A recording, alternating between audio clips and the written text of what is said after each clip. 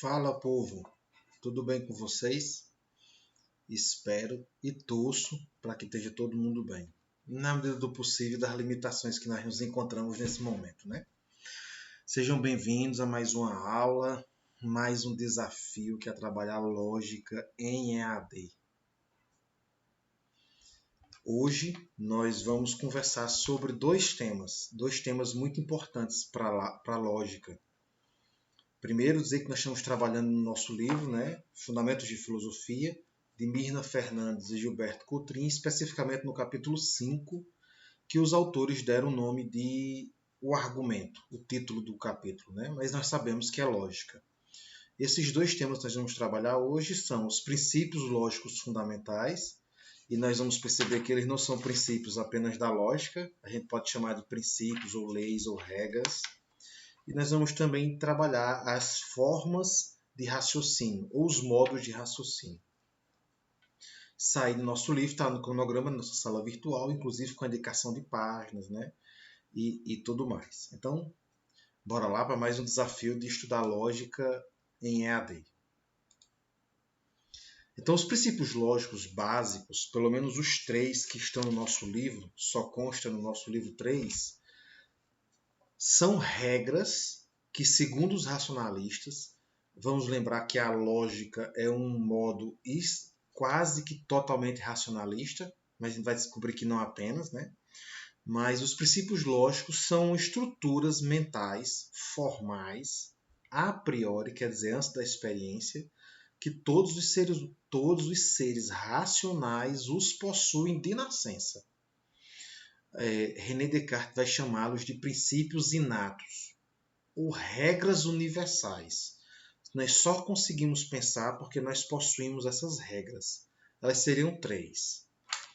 Depois vamos descobrir que são 4. Você pode formular até mais de 4, mas nós vamos trabalhar apenas 4. Aqui são os 3 tradicionais. O princípio de identidade.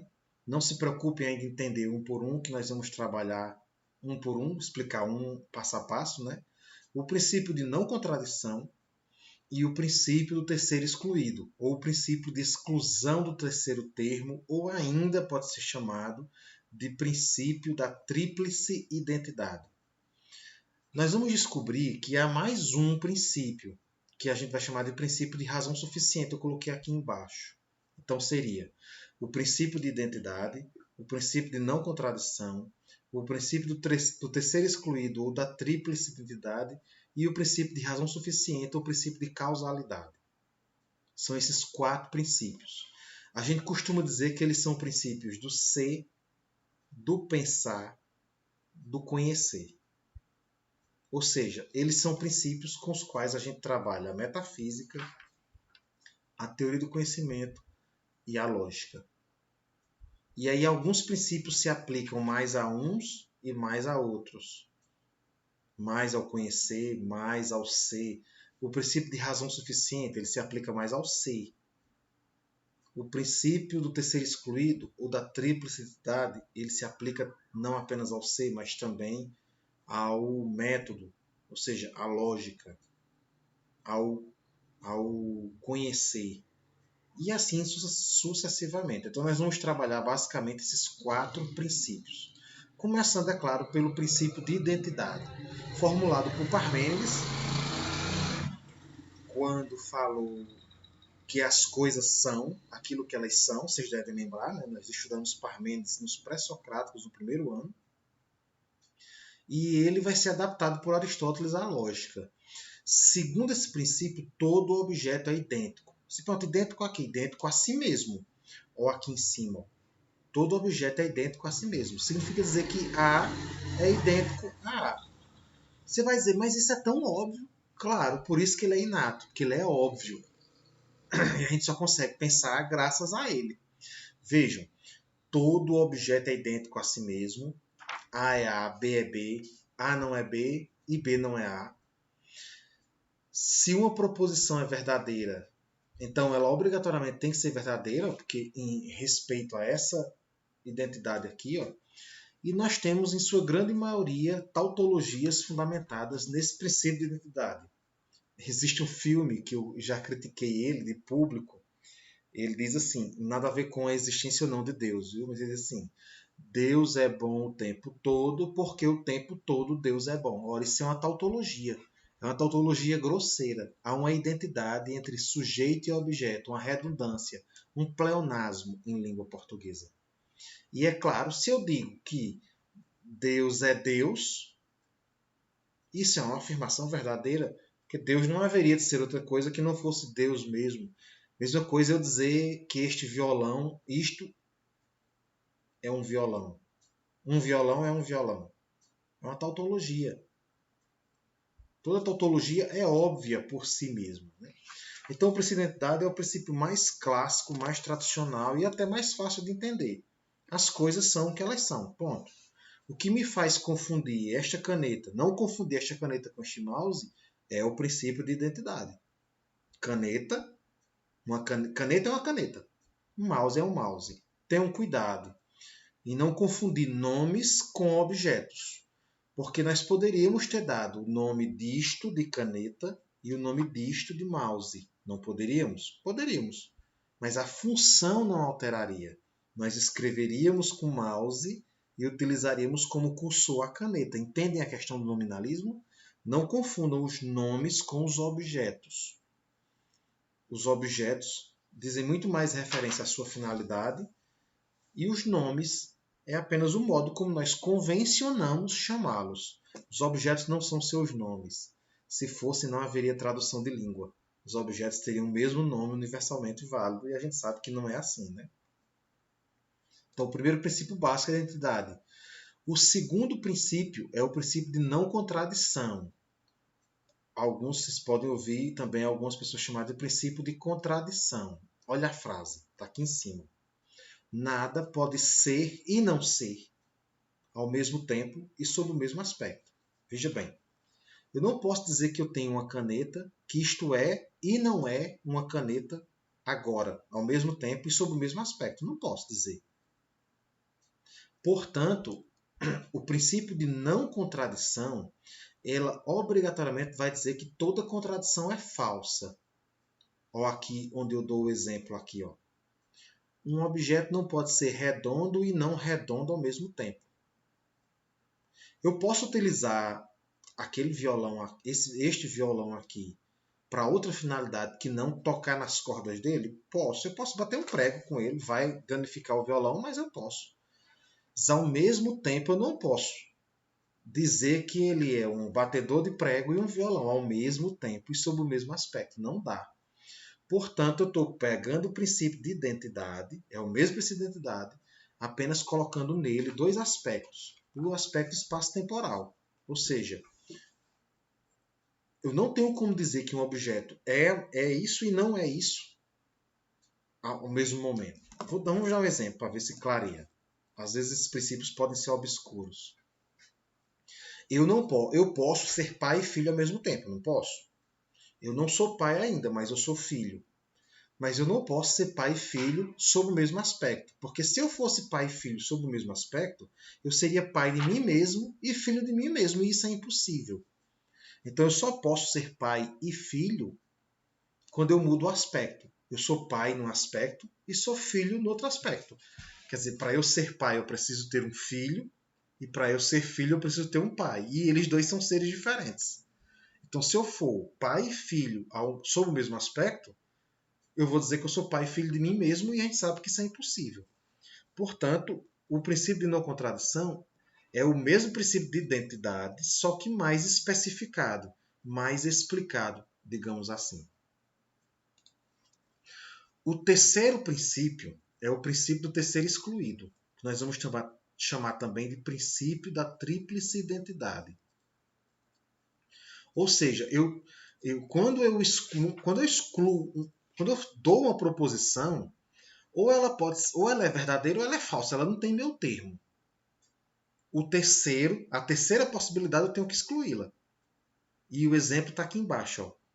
Uma galinha é uma ave. Se eu disser que isso é verdadeiro, a segunda frase, que uma galinha não é uma ave, é falsa.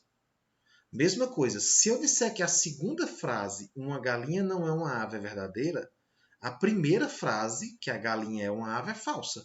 Quer dizer, não há um terceiro. O terceiro tem que ser excluído, que é mais ou menos uma ideia de meio termo. Mas esse princípio nós chamamos também de princípio da tríplice identidade. E é graças a esse princípio que nós conseguimos raciocinar. Prestem atenção. Se eu digo, aqui eu coloquei um triângulo aqui para facilitar a gente. Se eu digo que A é igual a B, e se eu digo que A é igual a C, a identidade está formada. A tríplice identidade está formada aqui embaixo.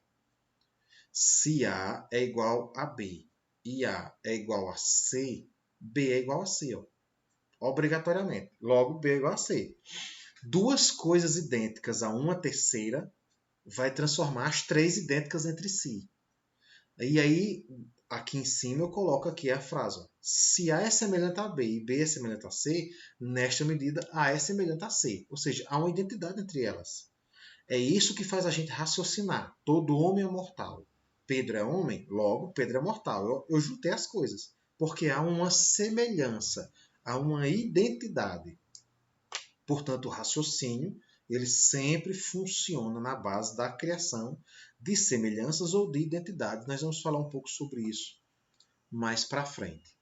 O quarto princípio, que é um princípio da causalidade, portanto é um princípio metafísico, é o princípio de razão suficiente, ou o princípio de causalidade. Essa gravura que vocês estão vendo aqui, vocês já viram ela ano passado, quando nós falamos de Aristóteles. Já vimos esse ano, quando nós falamos de metafísica, embora falamos bem rapidamente. Mas especialmente em Aristóteles. Ou seja, isso daqui é a ideia de que tudo que existe, existe em função de uma razão, ou de algo, de um motivo que lhe causou, que lhe deu origem.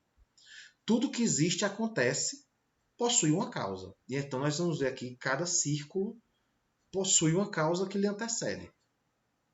Isso é um princípio básico. Nada existe sem ser causado. Todas as coisas que existem, existem obedecendo a uma causa.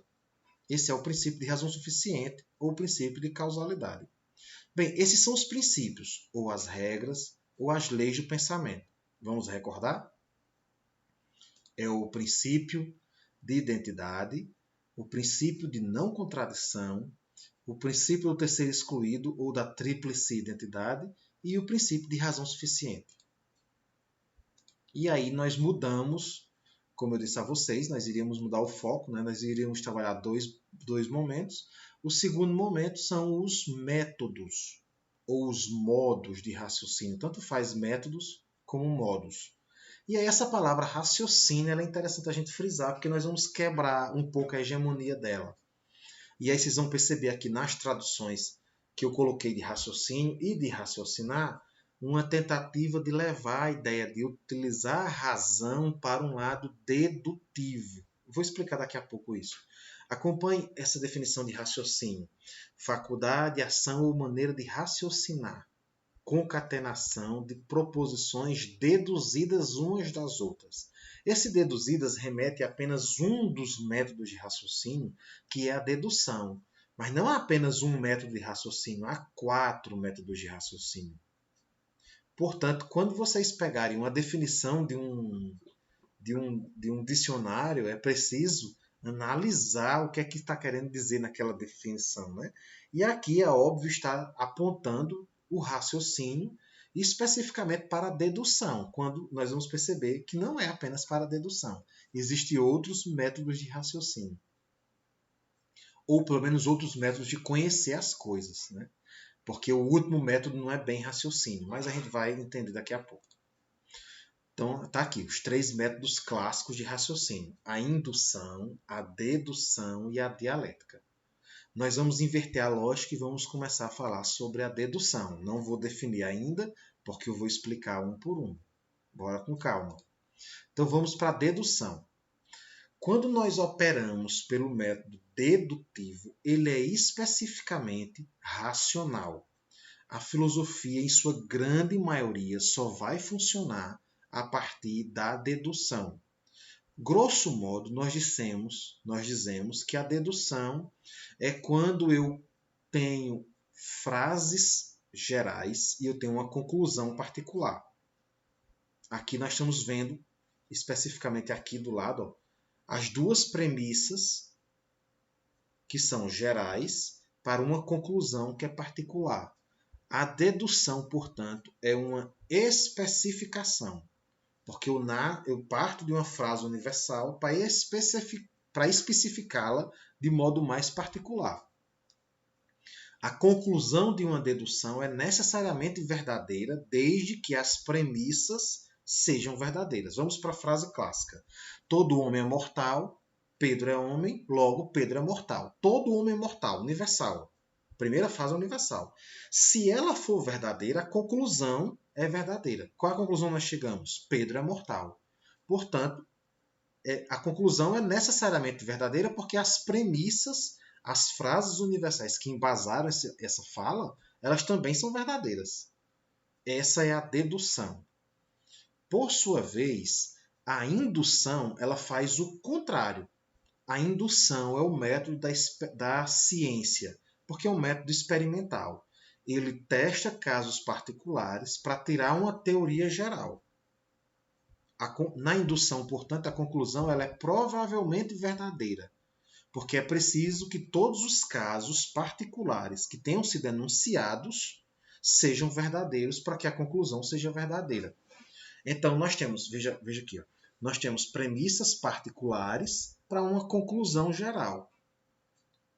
A indução, portanto, é uma generalização. Então, vamos diferenciar. Enquanto a dedução é uma especificação, está bem aqui, ó, a indução é uma generalização, está bem aqui. A ciência opera não pela dedução, a ciência opera pela indução, porque ela vai testando casos. Então, por exemplo, você gera dor de cabeça em 10 pessoas e você aplica determinada droga X, para essas 10 pessoas. E aí, digamos que 9 pessoas ficaram boas de dor de cabeça. Você tem uma conclusão.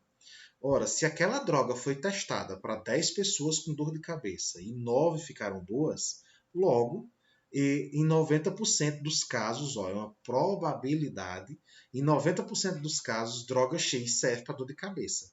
Então, a ciência opera pela indução. A filosofia opera pela dedução. Vai depender de como é. Tenham cuidado. Às vezes a gente meio que adivinha as coisas e a gente pergunta, como foi que tu descobriu isso? A pessoa deduzir. Nada a ver com dedução. Deduzir é partir de uma afirmativa universal. Não é juntar os dados e concluir. Juntar os dados e concluir é indução, não é dedução, mas as pessoas utilizam de modo errado. Quando não é uma intuição, a gente vai ver um pouco mais na frente. Aqui eu trago 2 quadros para desmistificar a ideia de que filosofia caminha para um lado e ciência caminha para o outro, como se fossem coisas inconciliáveis. E não são. Veja bem, o método científico precisa de ambos. Precisa, aqui do lado, ó, precisa de observar um conjunto de ideias mensuráveis, formular hipóteses e criar teoria. Isso é a indução. Veja, sai da observação particular para a formulação de hipóteses, para testar, para depois criar teorias. Daí abandonem a ideia de que teoria científica não é comprovada. Isso é balela. Quem tiver curiosidade, vai lá no meu canal, assista a aula de Filosofia da Ciência do 3º ano, que nós estamos falando sobre isso. A dedução, por sua vez, está aqui embaixo, ela vai no caminho contrário. Ela tem a teoria universal e ela vai fazer a especificação lá da observação. E aqui em cima vocês vão ver o quanto elas se complementam.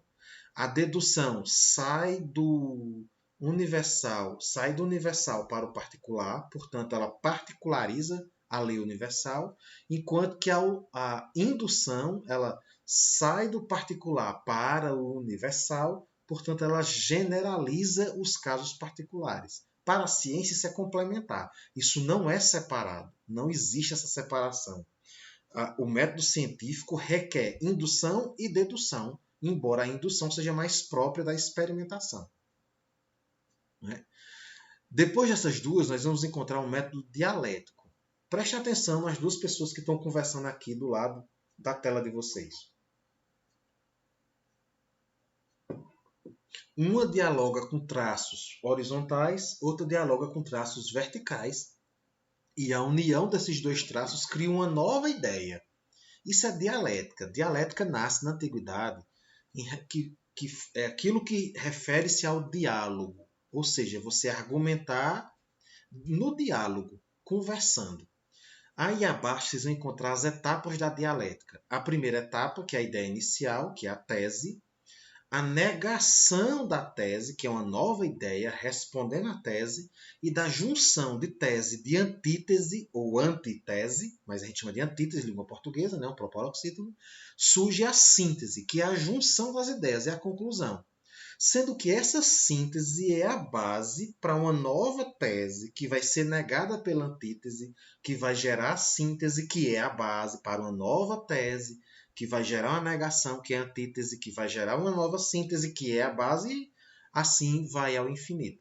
Assim é sucessivamente. Eu trago, inclusive, essas gravuras aqui do lado para mostrar a vocês que esse pensamento dialético a gente chama de modelo espiralado. Esse aqui do lado, ele é mais claro em mostrar ó, a criação, está lá em cima. Ó. Depois tem a análise, que é a negação, para depois ter a síntese, que é uma nova criação, está do lado de lá. Ó. E aí vem para a análise, que é a negação, para depois ter a síntese, que é uma nova criação, depois vem para a análise, e assim sucessivamente. Aqui embaixo eu mostro a vocês o modelo histórico dialético, que a gente chama de movimento dialético da história. A história funciona mais ou menos assim, ó, entre afirmação, negação daquilo, ou seja, veja que é uma espiral, é igual os cadernos da gente. Você tem um dado momento, esse momento é negado, essa negação é um retrocesso e a síntese é um avanço. Por isso que a história sempre nos mostra isso, esse caminho que a gente progride, a gente evolui, depois regride, para depois a gente recorrigir os rumos e avançar mais uma vez. Esse é o momento dialético, a dialética histórica, na verdade. Né? E essa dialética ela funciona exatamente também como um modo de raciocinar mais focado para o diálogo, para a conversa, para os debates, né? Não apenas para as descobertas. Por fim, no quarto tipo ou no quarto modelo de conhecimento, aqui não apenas de raciocínio, porque há uma clássica não aceitação da intuição como forma de razão, né? É a intuição, como eu já falei. A intuição ela foi abandonada pela filosofia na antiguidade e ela veio ser resgatada na filosofia contemporânea. Kant fala um pouco de intuição, Schopenhauer, que é o filósofo que eu estudo, fala de intuição, ou seja, da importância do conhecimento intuitivo. Enquanto a intuição, grosso modo, aqui eu trago de novo o dicionário falando sobre intuição, que é essa capacidade de adivinhar, de prever, um pressentimento, enquanto modo de conhecimento, a intuição não é isso. Quem quiser descobrir um pouco mais sobre intuição, tem um primeiro vídeo do meu canal no YouTube fala sobre intuição. A intuição em Kant e Schopenhauer. Vão lá assistir e ver o que é que vocês acham. A intuição é aquele conhecimento que brota. Você não sabe qual é a fonte. Ora, qual é a fonte da dedução? As teorias gerais. Qual é a fonte da indução? As teorias particulares, a observação dos casos particulares até criar uma teoria. Qual é a fonte da dialética? O diálogo, a conversa, a contraposição de ideias. Mas qual é a fonte da intuição? Não tem fonte. A intuição é um conhecimento que aparece na gente, você não sabe de onde veio, nem para onde vai, nem quais foram os fundamentos. Bem, vocês que já estudaram consciência sabem que o fundamento é o inconsciente, que a gente não controla, né? A gente não sabe de onde veio. Sabe que veio do inconsciente, mas não sabe de onde veio. Então, mais ou menos aquele surgimento da ideia que surge do nada. Aqui eu coloquei uma gravura aqui, ó, que é a pessoa, o emoji tendo uma ideia. A gente chama isso em ciência de eureka. Quando você descobre alguma coisa, é uma intuição primordial. Esse é um modo de conhecer que deve ser levado em conta, embora a lógica não analise, justamente por essa distinção, ó, esse avesso à razão e à intuição. Portanto, nós teríamos 4 modos, né, de entender ou de conhecer as coisas. 3 que são métodos racionais, a dedução, a intuição e a dialética. E um quarto modo, que é um modo de conhecer, que é a intuição. Então, com a aula de hoje, nós encerramos, com esse assunto, nós encerramos essa parte. Né? Nossa próxima aula falará sobre falácias, sobre argumentos falsos. Creio eu ser a principal parte dessa disciplina de lógica que a gente trabalha aqui no ensino médio. Se cuidem, um abraço para todo mundo e até mais.